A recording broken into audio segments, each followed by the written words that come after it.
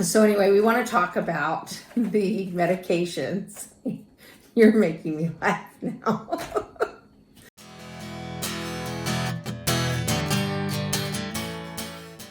My name's Paul Bennett. Hi, I'm Teresa. And today we are here to talk to you about medications.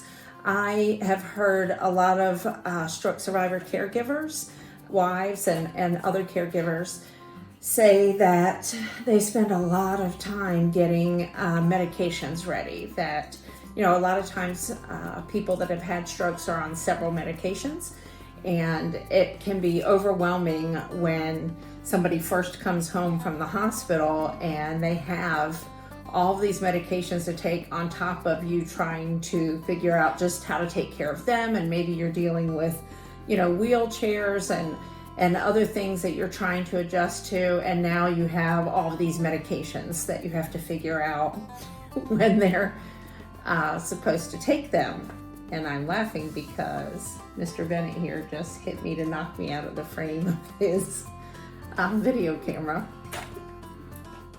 So anyway, we want to talk about the medications.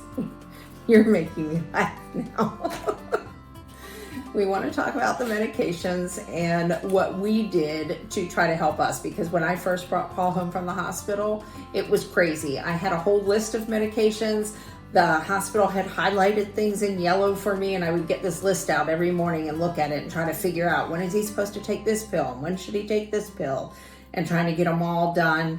I would have to get his medications ready multiple times a day. So in the morning I would go through the list and see what I had to give him then, and then I would repeat that same process every time it was time for him to take pills. So I found a local pharmacy, a hometown pharmacy. So this is not a chain, it's not CVS, it's not Walgreens, it's not a grocery store, it's a small hometown pharmacy. They not only deliver medications, but they also put medications in what they call blister packs. So they've taken his medications, and he takes medicine at 4 different times a day, and they have separated those out for me in these blister packs. So I want to show it to you and show you what it looks like. So this is the blister pack that we get every month, and this blister pack has all of the medications 4 times a day. So you can see here where you open up the blister pack on the back. Here you see morning, noon, evening, and bedtime. And then down this side, you'll see the days of the week. So I've had people say, well, if you have everything in a blister pack, then how do you know what he's taking? And maybe you have a time when they have to not take a pill for a while, because Paul, for example, recently had surgery, just minor surgery. He had a cyst removed from his chest, but he had to stop taking his blood thinner for 7 days. So how do I know which of these pills is the blood thinner that he's on, right? So they also give you this list that comes with it. I've marked out some identifying information here, but your pill names are over here. And then they have the strength of the form, the instructions, as in take 1 tablet or take 2, whatever that might be. They have the pill ID. So each of these medications has an ID on the actual pill. So if you're looking for a particular pill, you can find the pill ID, and you can find the shape and the color, which they also list here. And they also tell you for each pill, are you taking it only once a day? Are you taking it multiple times a day? Maybe you're taking half of a pill. It's all listed here.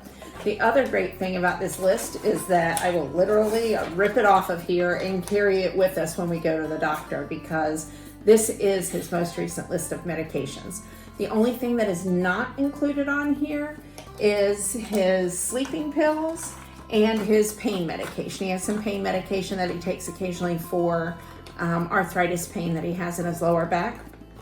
But because that medication is for him to take as needed, they don't include it in the blister pack because he doesn't necessarily have to take it.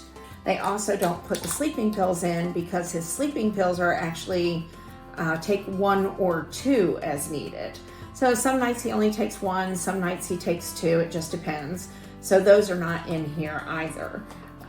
But it's really been a lifesaver to us, especially to me, to not have to get his medications ready, not have to think about it, not have to worry about making a mistake. It's all done right here.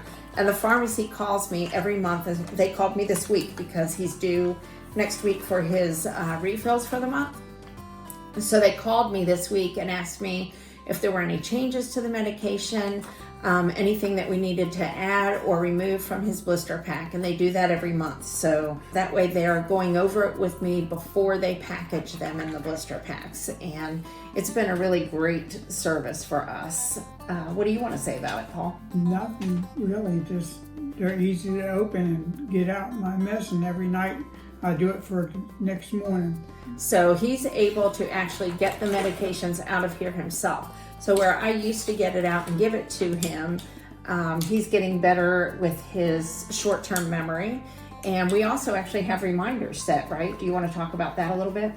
The reminders, Alexa, we have one of those, and we tell her the night before to do it for 7, 12, 6, and 9 o'clock at night. And so it tells me every time when I have to take my pills. Yeah, so I actually have it set up as a recurring daily reminder. So I only had to set it up once, all 4 of those. So I have 4 separate reminders that I've set up as recurring daily reminders, and it tells him every day to take his medication. I'm laughing because he's holding my hand down because I talk with my hands. It tells him what time to take his medications. So even if he's having kind of a foggy day and might forget, we have Alexa to remind him that that it's time to take his medication. So I think now we're going to let Paul show you how he gets his medications out and how he sets them up for himself for the next day. So I get these cups every day for every night, and I put them out. So I start with the morning. Now, since I ain't got fingernails hardly, I usually have to work at it because my thumb's a little bit longer than the rest, but I always kept my fingernails short, so I can't really poke it. See, there you go.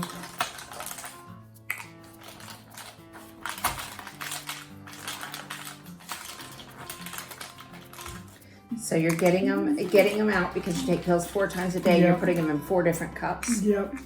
One for the morning, one for 12 o'clock noon, 6 p.m. and 9 p.m.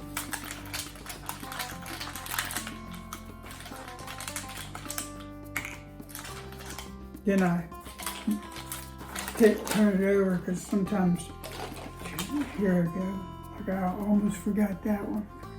So that one's in the morning. Yeah, just go ahead and pop it in So there. that's a half a pill, and it's a real small pill, so you gotta make sure I get that. I don't know what it does, but I gotta have it.